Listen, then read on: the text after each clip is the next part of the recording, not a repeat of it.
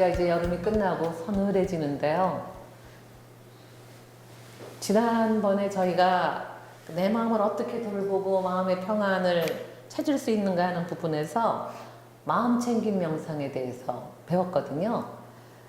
오늘은 그 명상을 실제로 더 우리가 몸으로 좀 느껴보고 해볼 수 있는 응용 차원에서의 방법을 좀 알아볼까 해서 그림책 명상이라는 부분을 오늘 좀 전문가를 모시고 이야기를 들어보려고 하거든요. 우리 그림책 명상 전문가 선생님을 소개해 드리겠습니다. 반갑습니다. 네. 안녕하세요. 그림책 명상학교의 김유소입니다. 아, 목소리가 참 좋으시네요. 네, 그런 얘기 가끔 듣습니다. 부럽습니다.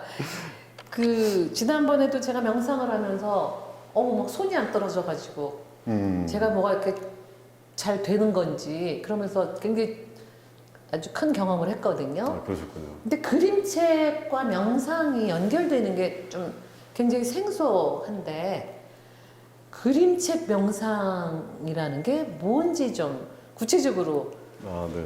저희 시니어들이 알아듣기 쉽게 좀 설명을 부탁드립니다. 알겠습니다. 네. 명상은 뭐 앉아서만 하는 게 명상이 아닌 거죠. 다양한 매체를 활용해서 네, 명상을 네. 할 수 있는데, 저는 이제 네. 그림책을 가지고 명상을 한다는 점이 이제 다른 명상하는 사람과 다른 참 점이라고 볼 수 기대가 있겠죠. 돼요. 일단 그림책이라고 하는 부분들이 네. 우리의 삶을 또 우리의 생각과 몸을 알아차리는데 더없이 좋은 아주 임팩트 있는 텍스트라고 저는 생각하거든요. 사실은 그림책이라는 거는 우리 이 어른들이 읽는 게 아니라 아이들이 읽는 거로 우리가 알고 있잖아요. 뭐 어른을 위한 이라는 게 붙어 있는 책들도 가끔 있긴 하지만 네. 그런 부분에서 더 재밌는 것 같아요. 아이들 마음으로 돌아가는 건가요? 그럴 수도 있습니다. 과거로 돌아간다는 점에서 네. 그림책 읽기가 가지고 있는 의미가 굉장히 큰데요. 네. 그 그림책은 어린이들만 읽는 책이라고 얘기하는 분들이 꽤 많아요. 근데 네. 반은 맞고 반은 틀립니다. 왜냐하면 최근에 어른들이란 그림책이 굉장히 쏟아져 나오고 있고 서점에는 바로 코너들까지도 있어요. 그러게요. 저희가 우리 프로그램 얼마 좀 전에 그 어른들이 읽는 동화 뭐 그림책 해갖고 프로그램을 한 적이 있는데요. 네네. 그때 너무 느끼는 게 많았었어요. 맞습니다. 네. 그림책을 읽으면서 이건 내 얘기라고 생각하면서 진짜 펑펑 내 얘기. 눈물을 흘리는 사람이 굉장히 많습니다. 그러니까 저도 그때 잠깐 그랬어요. 이른바 감정이 정화되는 시간, 치유되는 네. 시간이라고 할 수 있죠. 아, 그림책이 바로 그런 힘을 가지고 있습니다. 그렇구나. 근데 거기에다가 이제 명상을 결합하게 그러게요. 되면 그럼 얼마나 지평이 넓어질까? 더 알아차림의 힘을 통해서 내가 네. 미처 깨닫지 못했던 과거의 상처들, 또 내가 살아오면서 해결하지 못했던 미해결 과제들을 만날 수가 미해결 있어요. 과제. 네. 아, 그래서- 어린 시절에 뭔가 자기가 해결하지 못하고 가슴에 안고 있었던 부분들이 어른이 돼서 이 그림체 명상을 통해서 거기서 그걸 알아차릴 수 있는. 그렇죠. 어우, 제가 대부분의 네. 그 치유 세션에서 만났던 어른들, 한 50대, 60대 되시는 분들의 네, 네, 네. 경우를 보면 참 안타까운 일들이 참 많아요. 왜냐하면 그때 당시에는 대가족이었던 데다가 부모가 바쁘잖아요. 그쵸. 그래서 이 맞이인 경우인 사람들은 대부분 동생들을 돌봐야 되고 집안일을 돌봐야 되기 때문에 그 어린아이인데도 불구하고 어른이 되었던 거예요. 그러니까 온전히 어린 시절을 누리지 못한 어른 아이가 분들이 된 거네요. 그렇죠. 그러니까 그런 분들이 그림책을 읽으면서 그 아주 해맑은 아이들의 모습에 비해서 자신은 그렇지 못했다는 것을 비로소 보게 되면서 두차 눈물을 많이 그 흘리시죠. 얘기하시는데 저 벌써 가슴이 살짝 먹먹하려고 그래요. 그러시군요. 지난번에 그걸 할 때 저 책으로 용감한 아이린이라는 네네. 책을 보면서 그때 제가 먹먹했거든요. 전형적인 그런 그렇죠. 맞이였거든요. 아픈 엄마를 위해서 네. 엄마 대신에 네. 그 엄마가 만든 네. 드레스를 이렇게 네. 전달하는 그 그 험난한 과정. 가정들을 아이가 꿋꿋하게 해내고 있잖아요. 근데 그걸 보면서 제 어린 시절이 생각이 나더라고요. 맞습니다. 바로 그림책이 네. 바로 그런 점에서 카타르시스를 줄 수 있고요. 그런 감정 정화는 나에게 있어서 새로운 또 각성적 성찰을 가져다 준다는 점에서 그림책이 가지고 있는 매력이 깊다고 생각합니다. 그렇구나.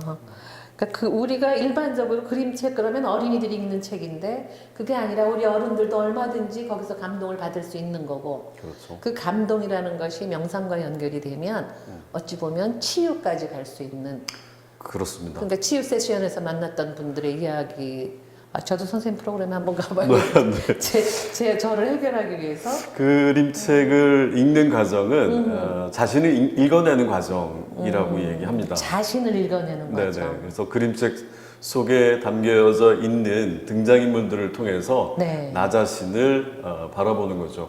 저는 이것을 나의 영혼의 현실을 본다라고 이야기를 합니다. 영혼의 현실. 네네. 그래서 내가 지금 너무 직면하고 멋있다. 있는 문제들 네. 또는 내가 과거에 해결하지 못했던 문제들을 지금 이 순간에 보게 되는 거죠. 자, 이 보게 되면 그 전까지는 몰랐던 사실을 알게 됐으니까 아하는 마음이 드는 거죠.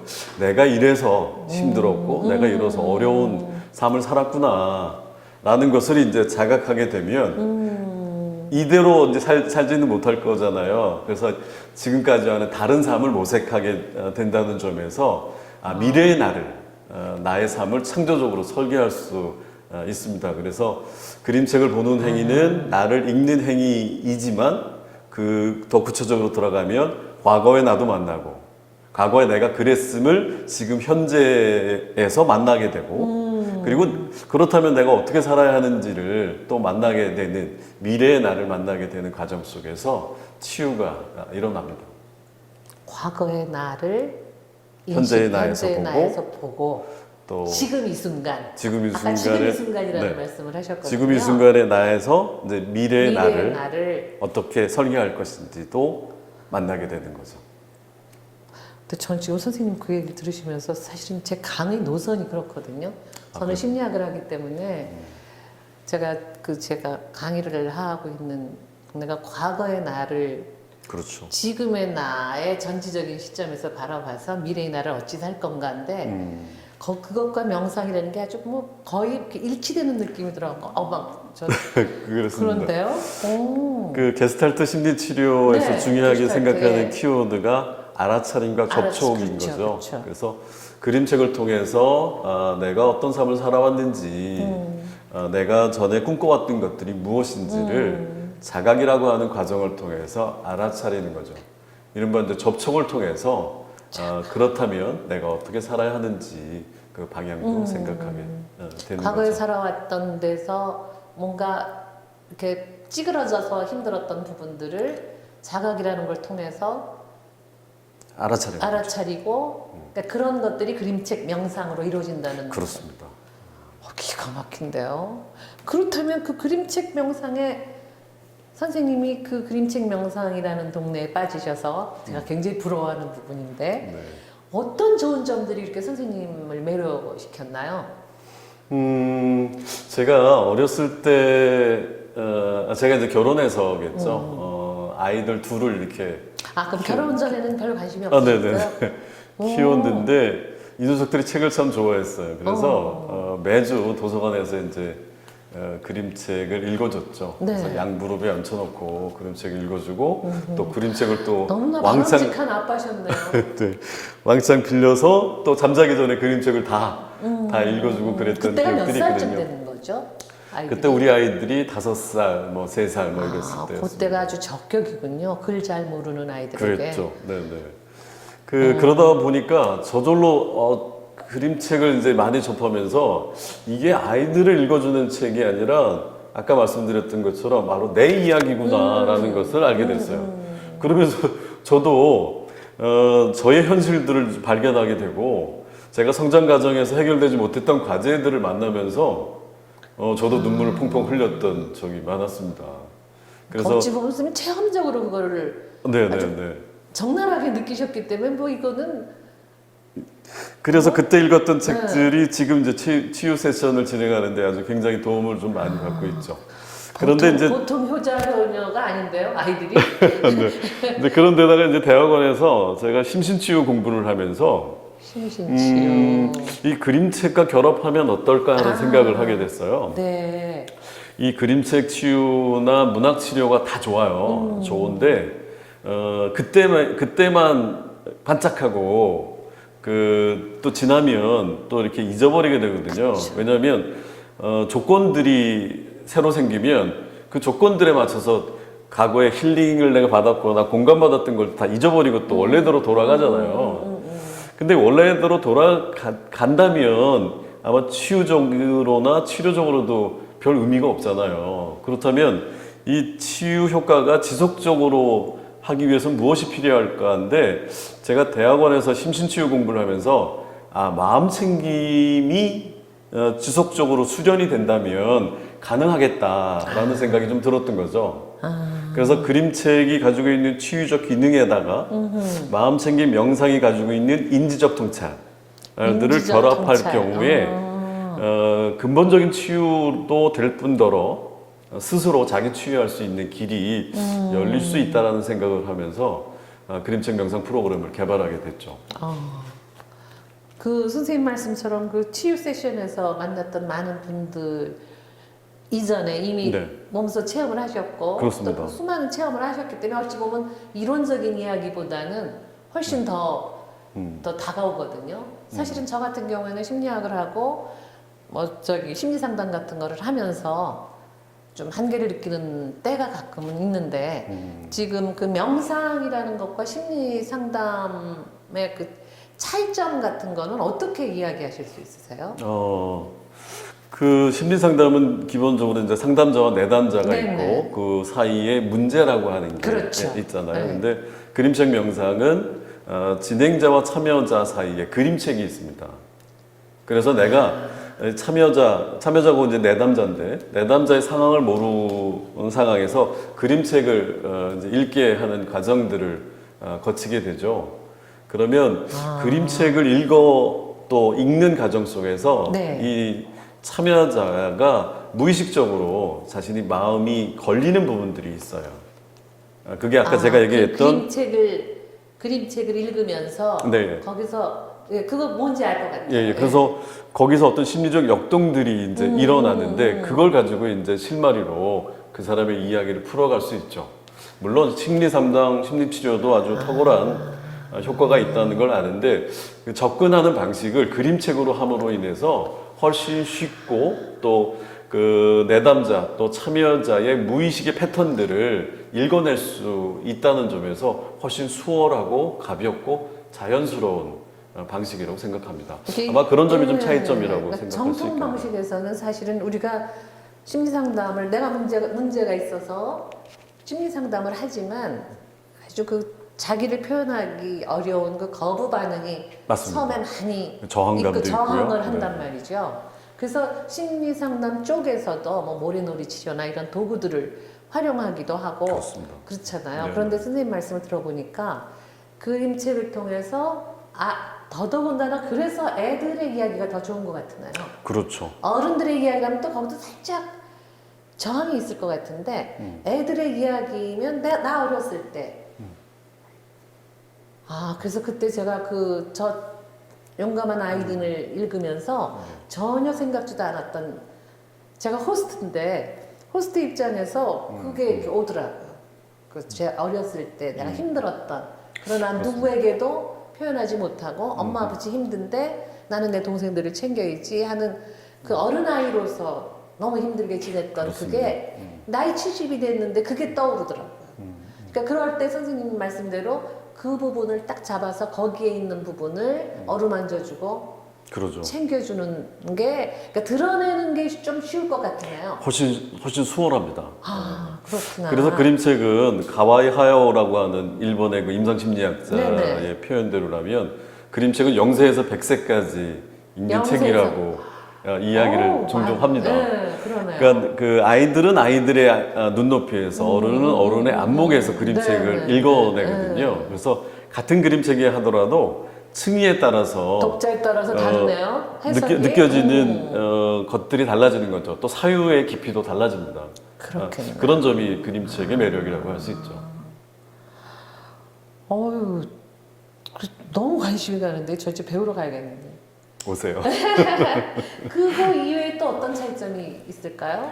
그 심리치료에서도 요즘은 이제 마음챙김 명상들을 도입하고 있어요. 도입하죠. 네. 왜냐하면 10회기라고 하는 과정을 거쳤지만 그 기간 자체가 이제 한계가 있고 또 일주일에 한 번씩 이제 오게 되잖아요. 근데 이제 나머지 시간은 이 내담자 혼자 지내야 되잖아요. 그렇죠. 그런데 그 시간을 어떻게 보내느냐에 따라서 일주일에 상담하는 게 네, 달라질 네, 수 네. 있는데 그 일주일 동안 명상을 할 수 있도록 알아차림할 수 있도록 해주는 혼자서. 시간이 되는 거죠. 완전 독립할 수 있는. 그렇습니다. 그래서 스스로 해결할 수 있는. 명상은 두 가지 종류인데요. 하나는 공식적인 명상이 있고 네. 비공식적인 명상 수련이 있어요.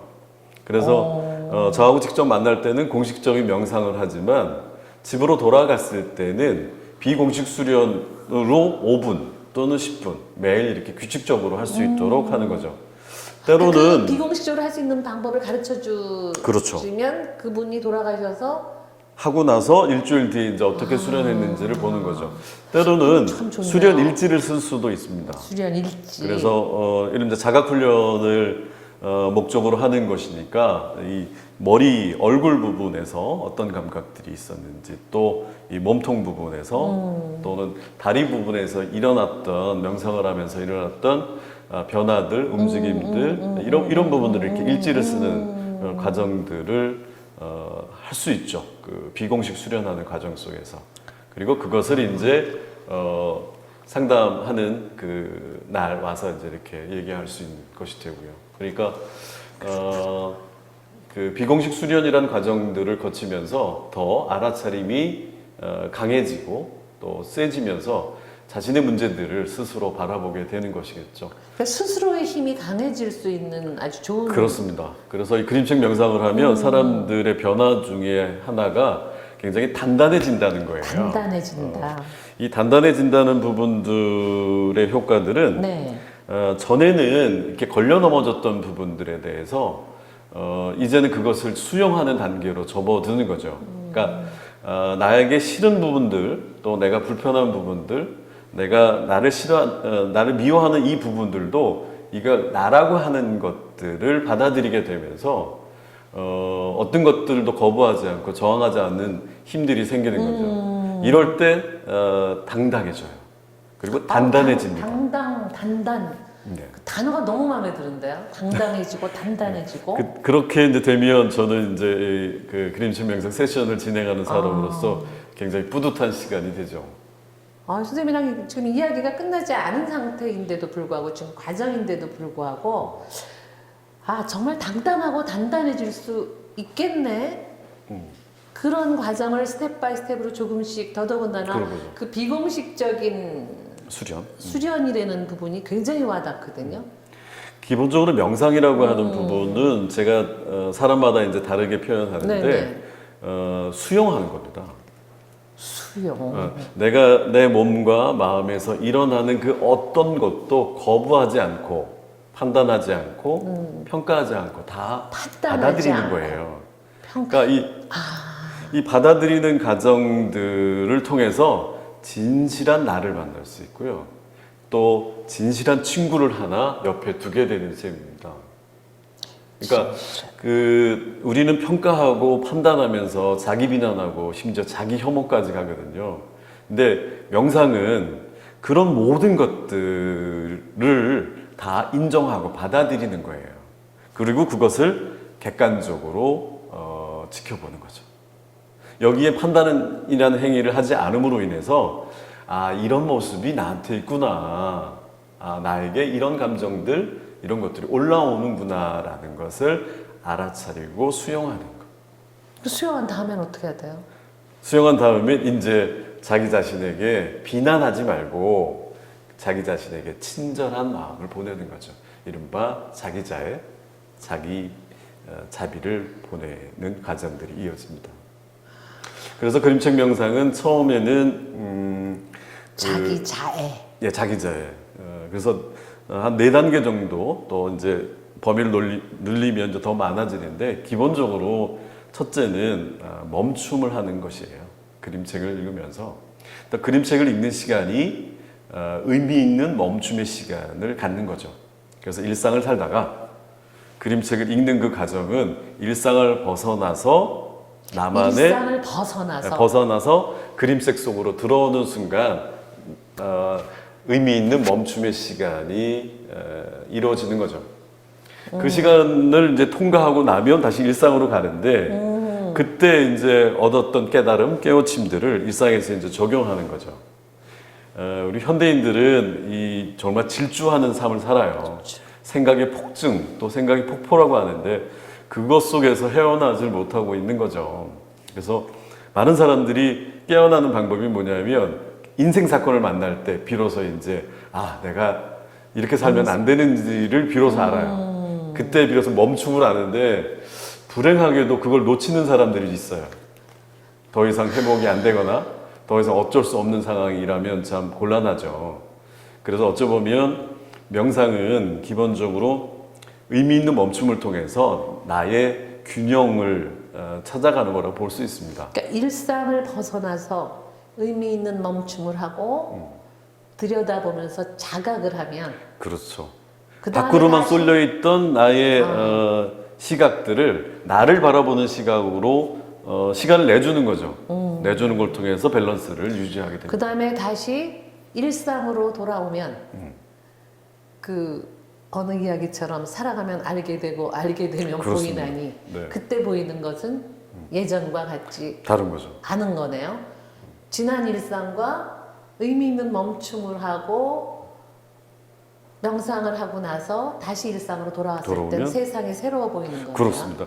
그 마음챙김 명상의 대표적인 사람이 존 카바튼이라고 하는데요. 네. 그 MBSR 프로그램으로 유명합니다. MBSR 네네. 예, 예. 이걸 만드신 들은 분인데, 것 같아요. 이분은 멈춤을 죽음의 시간이라고 얘기해요. 죽음. 그렇지만 진짜 죽는 게 아니잖아요. 예. 그래서 죽음의 시간을 한번 거치고 다시 되살아났을 때 말씀하신 것처럼 일상에서 보여졌던 것들이 다르게 보여진다는 것이에요. 그래서 우리는 때로 죽는 시간이 필요하다. 그게 바로 멈춤의 시간이라고 할 수 있습니다. 우리 현대인들의 정말 아까 말씀하신 것처럼 정신없는 질주를 하는 우리 현대인들에게는 정말 의미 있는 멈춤의 시간이 너무 필요하겠네요. 근데 이제 멈춤의 시간이 이제 시작이라면 이제는 뭘 해야 되냐면 지금 이 순간으로 돌아오는 이른바 지금 이 현존의 순간. 현존의 시간을 이제 자주 갖는 거죠. 대부분의 사람들은 아까 생각의 질주, 뭐 폭포 솟았던 생각들을 하는데 대부분의 생각들이 미래의 집을 짓는 생각들이에요. 그러니까 지금 현재가 만약에 40이라면 내가 목표로 하는 건 100이란 말이죠. 이 60%의 갭이 생기는데 이게 바로 문제고 불행의 원인인 거죠. 그렇죠. 그러니까 미래에 대한 생각을 가지고 있는 사람들의 공통점은 불안해요. 그리고 걱정이 많아요. 그리고 쫓겨요. 그러니까 이렇게 살아가는 삶이 행복할 수 있겠냐고요. 또 때로는 어떤 사람들은 과거에 또 행복할 매여 수가 있어요. 없죠. 과거에 또 매여 있어서 그 후회와 자책들, 그때 그렇게 했어야 되는 생각으로 빠져버린단 말이에요. 그러니까 이 과거와 미래 이 생각 속에서 그 지금 정말 중요한 이 순간의 행복들을 놓치고 있는 거죠. 아니 그 그래서- 정신과적 정의에서 언뜻 지난번 언젠가 봤는데 네. 과거에 빠져서 혹은 미래에 대한 불안으로 현재 일상생활을 하지 못하는 증상이 나타날 때 그걸 정신과적 질환이라고 한다고 그렇습니다. 표현하더라고요. 그러니까 지금 말씀하신 것처럼 네. 어찌 보면 우리는 그 경계선상에서 과거에 매달리고 오지 않은 미래에 대한 걱정을 하면서 그렇습니다. 지금을 다 낭비하고 있잖아요. 그렇죠. 그 과거에 집을 짓고 미래에 짓는 사람들은 불안하거나 후회 자책으로 점철되어 있단 말이에요. 그쵸. 이런 일상들이 계속 된다고 생각해 보면 내가 행복해질 거라고 누가 장담할 수 있겠어요. 오히려 그 하버드대에서 실험한 것으로 제가 알고 있는데 많은 사람들이 딴 생각을 한답니다. 47%의 사람들이 조사를 해봤더니 그런데 그 중에서도 행복한 사람이 있다라는 거예요. 어떤 사람들이냐면 자기가 하는 일에 집중하고 몰입하는 사람들은 행복하대요. 집중이나 몰입은 현재니까. 그렇습니다. 그러니까 딴 생각을 한다는 것에서 좀 위로를 받을 수 있지만 우리가 좀 더 범위를 좁혀서 행복해지려면 그 일에 몰두하는 거거든요. 그때는 그 시간이라는 걸 잊어버리잖아요. 맞아, 시간 가는 줄을 모르니까. 그렇죠. 그건 정말 그 몰입의 기술에서 얘기하는 거지만 행복감을 얻을 수 있는 방법이거든요. 가장 기본이죠. 그게 바로 현재에 머무는 거죠. 근데 누구도 24시간 현재에 머물 수는 없어요. 그러니까 알아차림을 통해서 내가 지금 미래에 가 있구나. 내 생각이 과거에 가 있구나라는 걸 알아차리고 현재로 다시 돌아오기를 끊임없이 하는 거죠. 우리가 할 수 있는 건 바로 돌아오는 것. 그리고 현재에 머무르는 시간을 얼마나 늘리느냐에 달려 있어요. 그러니까 현재 머무는 시간의 총량을 과거나 미래보다 훨씬 더 많이 늘리는 그 그것이? 작업을 우리가 열심히 했을 때 우리는 지금 이 순간에 행복할 수 있는 가능성이 커지는 거네요. 행복의 열쇠가 거기에 있는 거죠. 그 열쇠를 몇 개는 갖고 있어요. 자, 그 다음에 네. 이제 멈춤했고, 네. 그 다음에 왜 현존해야 되는지를 네, 네. 얘기했다면, 이제 아까 말씀드렸던 수용이 필요해요. 수요. 그거 참 어려워. 내가 통제할 수 없는 것에 대해서는 내려놔야 되는 거죠. 제가 많은 분들에게 이제 이런 표현을 많이 써요. 끼어들기 차량이 운전하다 보면 있잖아요. 많죠. 그리고 화가 나기도 하고, 뭐 또 감정적으로 막 이렇게 동요도 일어나잖아요. 심지어 욕하는 네, 사람도 운전대를 많고요. 잡으면 맞습니다. 네, 네.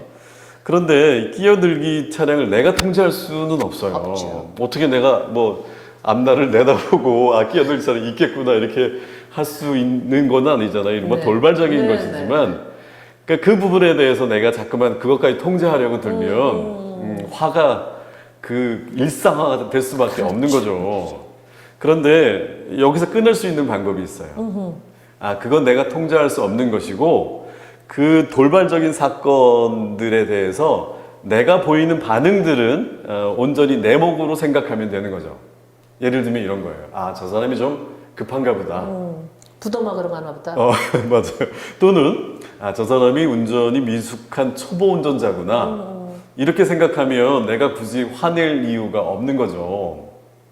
봐줘야지. 그러니까 이 몫은 온전히 나의 몫인 내 거예요. 몫이다. 내가 어떻게 반응하느냐는 네. 온전히 나의 몫이고 그 몫을 내가 잘 쓰면 네. 내가 화를 내는 일보다는 오히려 내 평온을 유지할 수 있는 방법인 거죠. 자, 통제할 수 없는 일이 네. 끼어들기 차량뿐이겠어요? 남편, 아내, 자식, 돈 이거 내가 통제할 수 없는 통제할 수 거죠. 없는 게 너무 근데 많죠. 통제하려고 드니까 문제인 거예요. 맞죠. 그러네요. 자, 여기서 중요한 게 이제 이건 내가 통제할 수 없는 영역이구나. 자, 그렇다면 그 사람이 왜 그러는지를 이해하고 받아들이는 태도로 전환하는 것이 필요해요. 수용한다. 일종의 그것은 내려놓음인 거죠. 내려놓음. 이게 사실은 저는 현명한 일이라고 생각해요.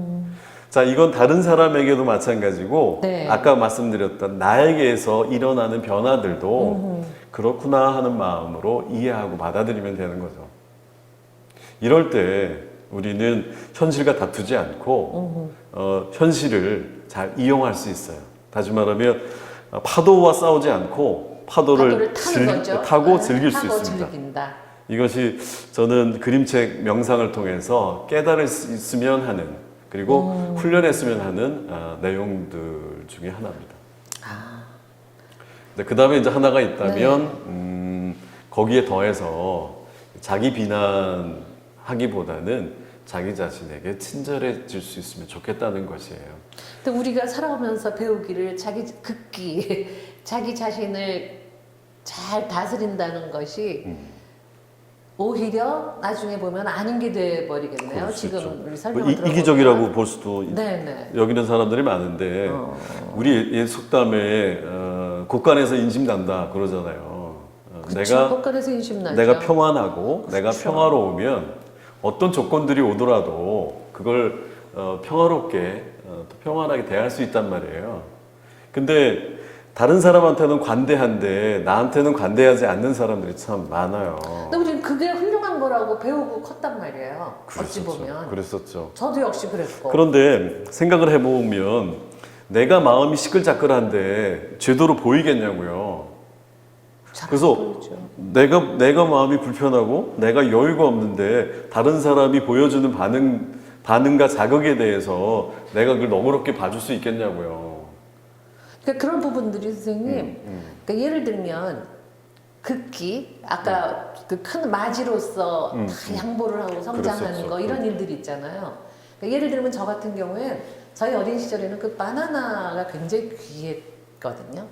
그러면 손님이 바나나를 가지고 사가지고 선물로 갖고 오면 네. 저 그게 너무 먹고 싶은 거예요. 그렇죠. 너무 먹고 싶은데 동생들이 그걸 너무 먹으려고 하니까 스스로 저한테 세뇌를 하는 거야. 나는 바나나를 안 좋아해.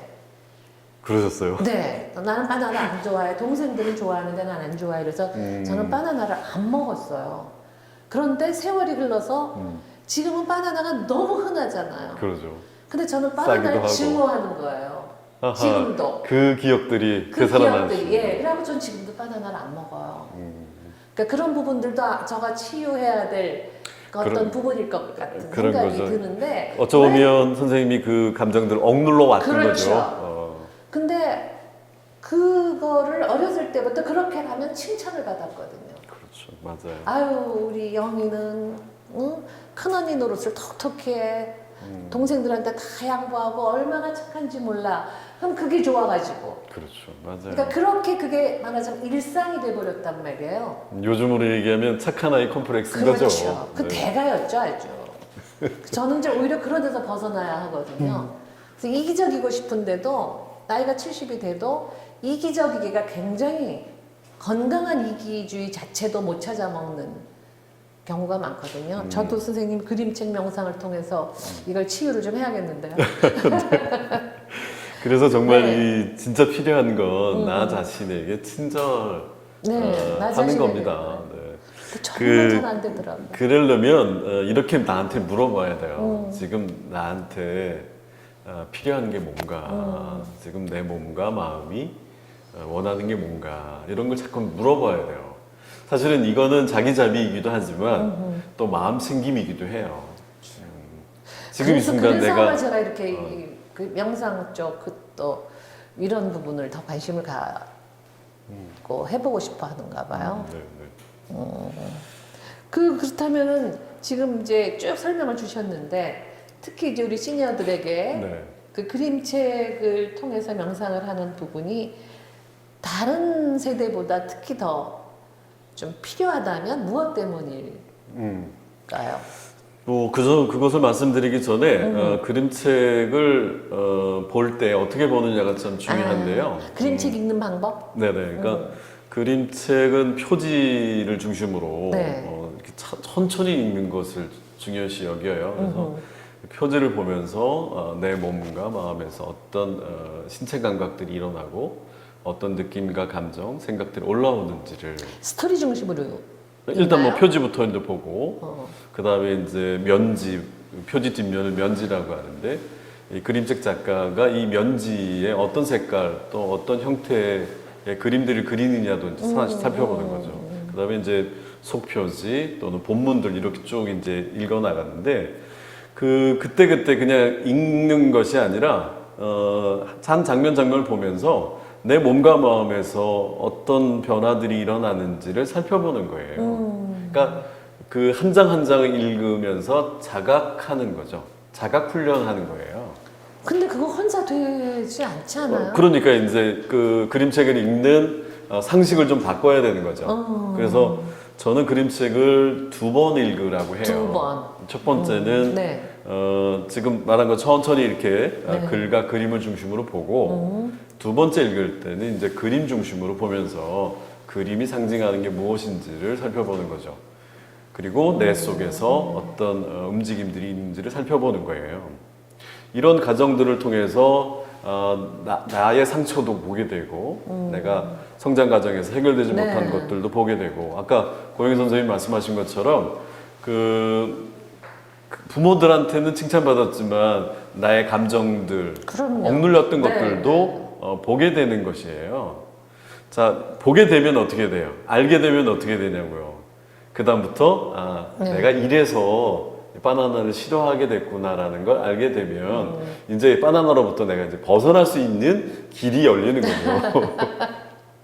그런 측면에서 네. 저는 시니어들이 왜 그림책을 읽어야 되냐면 네, 네. 세 가지로 말씀을 드리면 네. 첫 번째는 본래의 자기를 찾아갈 수 있어요. 본래의 자기. 이 40대 이후 이제 중반에 들었으면 이제 자식들 키우는 것도 그렇고 뭐 여성들 같은 경우에 이제 남편도 자기 잘났다고 이제 막 살아가잖아요.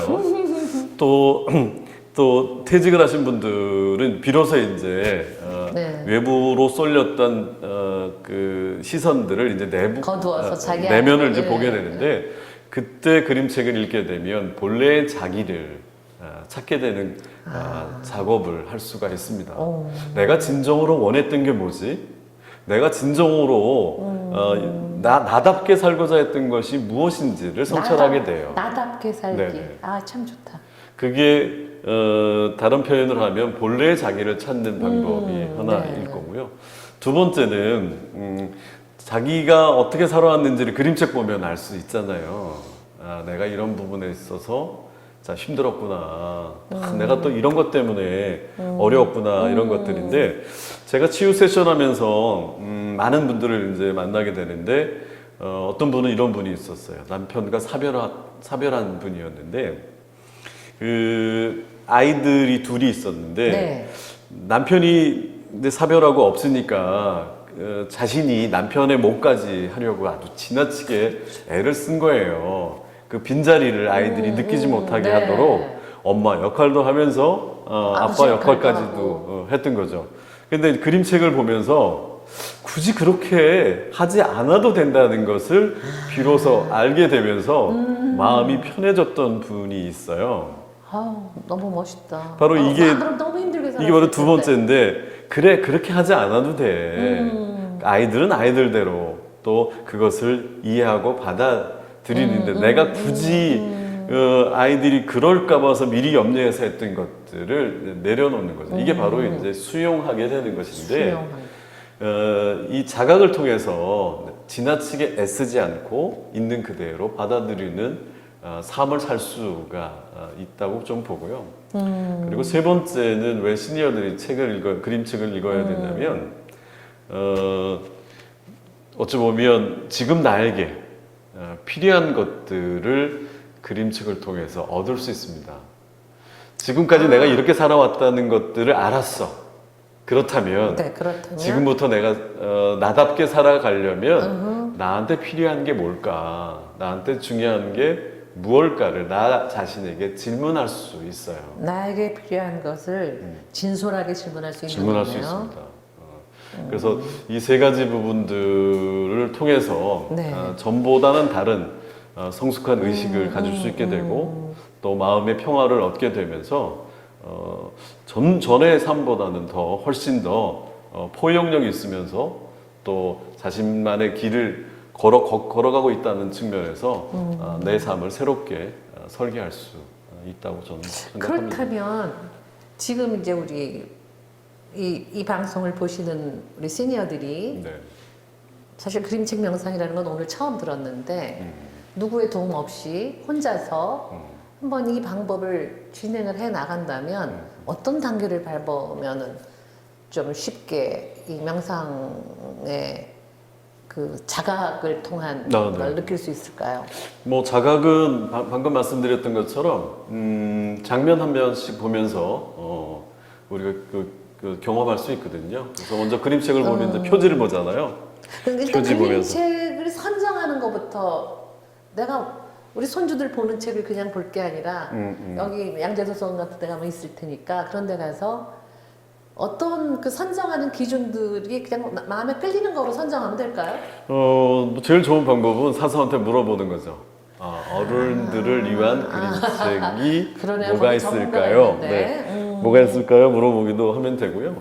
요즘 검색 잘 하시잖아요. 어른 그림책 이렇게 검색하시면 쭉 이렇게 그림책들이 나와 있습니다. 그래서 그 그림책을 한번 중심으로 살펴보시면 되고요. 그러니까 뭐 사실은 저한테 여쭤봐도 되죠. 그러네요.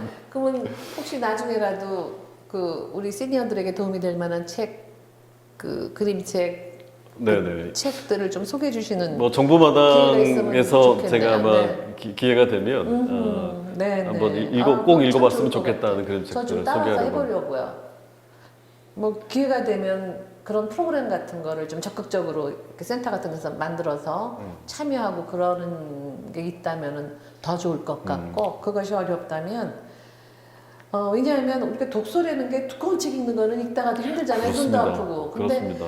요즘 그림책이 너무 예쁘거든요. 그러니까 눈도 즐겁고 어찌 보면 그 아이들은 미처 모르겠지만 그 행간에서 우리 삶을 살아온 우리 시니어들이 느낄 수 있는 행간들이 있을 거란 맞습니다. 말이죠. 맞습니다. 그 행간을 탁 잡아서 나의 그 과거에서 알미라는 것 자각을 통해서 새로운 일상을 만날 수 있다면 굳이 누구의 도움을 받지 않아도 그렇습니다. 우리가 그 행위를 하는 것 자체만 갖고도 그림책 명상에 모르고 하는 게 그림책 명상일 것 같으네요.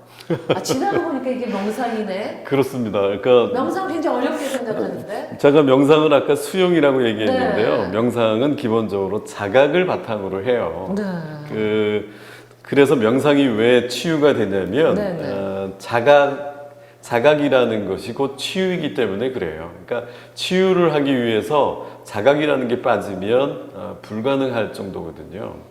그러니까 어찌 보면 자각은 치유의 열쇠라고 할 수 있는데 그림책은 다른 어떤 매체보다도 더 강력하게 자각을 훈련할 수 그럴 있는 것 같아요. 그리고 텍스트라는 어렵지 거죠. 않게 접근할 수 있을 것 같아요. 무슨 어려운 뭐 복잡한 단어가 필요한 것도 아니고 그렇습니다. 그야말로 우리 오감을 통해서 그냥 느끼면 되는 거니까. 그 그림책은 그 글과 그림의 아름다운 결혼이라는 글쎄요. 표현이 그거를 있어요. 선생님 글에서 네네. 그걸 봤는데 아주 재밌었어요. 그 글은 그야말로 그 시적인 글들이고요. 네. 그다음에 인생의 의미를 함축적으로 보여주는 글들이에요. 아주 짧지만 아주 강력한 글들이고 또 그림은 아름답기도 하지만 또 과거의 시절로 돌아가도록 이렇게 환상적인 그림들이 굉장히 많아요. 어찌 보면 그림이라는 건 동서고급을 통한 공통 언어이기도 하잖아요. 그렇습니다. 그래서 그림책이 가지고 있는 특징 중에 하나가 바로 보편성이에요. 그걸 보편성이라고 얘기하면 네네네. 되겠네요. 그러니까 세대를 다 아우를 수 아우르는, 있는 네. 보편성도 있고 0세에서 100세까지. 그러기도 네. 하고 전 세계적인 사람들이 그 보편성이라는 이름 속에서 다 소통할 수 있고 교감을 할 수 있는 거죠. 그림책이 결국은 우리가 언어를 따로 배우지 않아도 서로 소통할 수 있는 가장 큰 도구라는 사실도 정말 깨달았네요. 그렇습니다. 제 어린 딸이 네. 글도 잘 몰라요. 근데 네. 그림책을 한번 읽어줬는데 이 아이가 그 그림책이 마음에 들었나 봐요. 그 그림책을 가지고 책장을 넘기면서 중얼중얼 얘기하는 거예요. 글도 모르는데 막 설명하잖아요, 자기가. 그래서 아이들이. 저는 우리 딸이 천재인 줄 알았는데 우리 딸만 그런 게 아니라 아이들이 다 네. 그런 거예요. 이게 글을 넘어서는 그림책이 가지고 있는 뭐랄까 힘 이런 아니, 것들이 어찌 있는 거죠. 보면 그 5살 된 따님은 글을 모르지만 아이답게 중얼중얼 그런 먼저 거죠. 설명을 하는 거고 저희가 만들어가는 거죠. 어찌 보면 우리 시니어들은 굳이 입 밖으로 표현하지 않지만 그 5살 따님이 중얼중얼 하는 거를 속으로 중얼중얼 하면서 어린 시절과 교감하고 그림책 자체가 명상 같으네요. 그거를 접하기만 하면. 그렇습니다. 그걸 자각 훈련으로 생각하지 않아서 그렇죠. 네. 그렇게 생각해 보면 그림책을 읽는 과정 자체가 나를 이해하고 나를 읽어내는 과정이면서 동시에 좋은 명상이 되는 거죠. 거기다 이제 더하면 네. 그림책을 읽고 나서 한번 눈을 감아 보는 겁니다. 그러면서 그림책을 읽기 그 전, 마무리. 네네 읽기 전, 또 눈을 읽는 읽기 중간, 전. 또 다 읽고 난 지금 이 순간 내 네. 몸에서 내 마음에서 어떤 움직임이 일어나는지를 한번 지켜보는 거예요. 이걸 관찰한다라고 하는데 관찰. 그 관찰하는 과정 속에서 어떤 감정이 일어나도 어떤 느낌이 일어나도 이걸 허용해주고 수용해주는 마음으로 한번 지켜보는 거죠. 그러면 과거의 이제 기억들이 이제 떠오를 수도 있고 또는 지금의 나의 당면한 현재들을 자각하게 될 수도 있고 내가 지금 힘들었던 부분들 또 내가 나를 억눌렸던 부분들이 무엇인지도 비로소 보게 되는 시간들을 갖죠. 그러니까 어찌 보면 뭐 어떤 이론이나 뭐 무슨 복잡한 언어가 아니라 그 그림이란 짧은 그 글과 큰 그림이라는 그 공통의 언어를 통해서 네. 나의 과거와 미래도 관통할 수 있는 거고 그렇습니다. 굳이 내가 명상을 해라고 생각하지 않아도 시니어가 그림책을 읽어야만 하는 당위성이 너무 많네요. 그렇습니다. 그림책의 치유 기제를 세 가지로 뒀는데 네. 첫 번째는 자기 확인입니다. 자기 확인. 그러니까 아 이건 내 얘기야라고 하는 사람들이 글쎄요. 많다라고 얘기했잖아요. 이게 그렇더라고요. 그 등장인물 네. 또 배경 속에서 자기 자신을 확인하게 되는 게 첫 번째고요. 이걸 통해서 감정의 정화가 일어나요. 이른바 카타르시스라고 우리가 얘기하는. 네. 그리고 그 눈물을 펑 흘린 다음에 보통 내가 그러면 이제 어떻게 뭘 해야 되는지를 알게 되잖아요. 이른바 통찰을 경험하게 되는데 그 이 어마어마한 통찰을 자기 확인 또 카타르시스 이 통찰이 그림책 명상 또 그림책이 가지고 있는 치유 네. 기제라고 이야기합니다. 오늘 선생님이랑 길게 이야기를 나누면서 느낀 게 그림책 명상이라는 걸 막연하게 생각을 하고 명상이란 자체가 어렵고 그림책과 명상이 어떻게 연결이 되나 또 시니어들이 뭘 그림책을 읽어? 이런 식의 그 흩어졌던 부분들이 이렇게 하나로 좀 쫙 모아지는가요? 모아지는 느낌이 들어요. 그리고 그 그림이라는 것이 정말 언어를 초월한 공통의 언어, 보편성을 가지고 보편성으로. 있다. 예. 그래서 어찌 보면 명상, 우리 지난 시간에 공부했던 명상의 의미, 명상이란 무엇인가, 뭐 이런 이야기를 오히려 그냥 떠나서 정말 시니어가 그림책을 편안하게 접근을 하면서 만나면 대부분의 시니어들이, 우리 시청하시는 대부분의 그 어르신들이 어렵지 않게 쉽게 명상이라는 걸 지나고 보니까 나 명상을 한 거가 되고 또 과거에 저처럼 이제 바나나 사건처럼 네. 그런 일들이 굉장히 많을 거예요. 특히 우리 시대는 저희 나이에는 여자들이 이렇게 아들한테 많이 밀려 있었잖아요. 그죠. 그래서 먹는 것들도 분명히 그랬고, 그러니까 전 알아서 긴 거죠. 미리. 그때 그랬던 부분들이 굉장히 착하다는 거로 포장되었는데 나중에 보면 그게 나를 억눌렀던 거고. 그런 거죠. 그래서 그 바나나만 싫어하는 게 아니라 어찌 보면 제가 성장하면서 갖고 싶었고 하고 싶었던 그런 것들도 어찌 보면 지금 미움으로 남아있지 않을까. 그렇죠. 그러니까 이런 부분들을 접근해서 자연스럽게 일상이 될 수 있는, 자각을 한 후에 일상이 자각을 되려면 통해서 풀어내는. 풀어내서 건강한 일상이 될 수 있는 네. 그런 거를 어렵지 않게 할 수 있는 게 명상, 그림책 명상이라는 기가 막힌 깨달음을 오늘 얻었습니다. 네. 그 어떤 책을 읽어야 될지에 대한 부분들을 잘 모르니까 혹시 그런 기회가 되면 그 목록이나 그런 부분들을 좀 더 구체적으로 자세하게 이야기 주실 수 있는 그런 기회가 있었으면 참 좋겠네요. 알겠습니다. 마련해 보겠습니다. 시간 더 하고 싶은데 저는 계속 더 하고 싶은데 이제 그 깨달았으니까 이제 다음 기회로 미뤄야 되겠죠. 너무 고맙습니다. 좋은 정보 또 많이 알려주시기를 부탁드리고 네. 그 치유를 많은 분들께, 많은 시니어분들께 치유에 좋은 기회를 주시기 부탁드리겠습니다. 고맙습니다. 네, 감사합니다. 감사합니다. 네.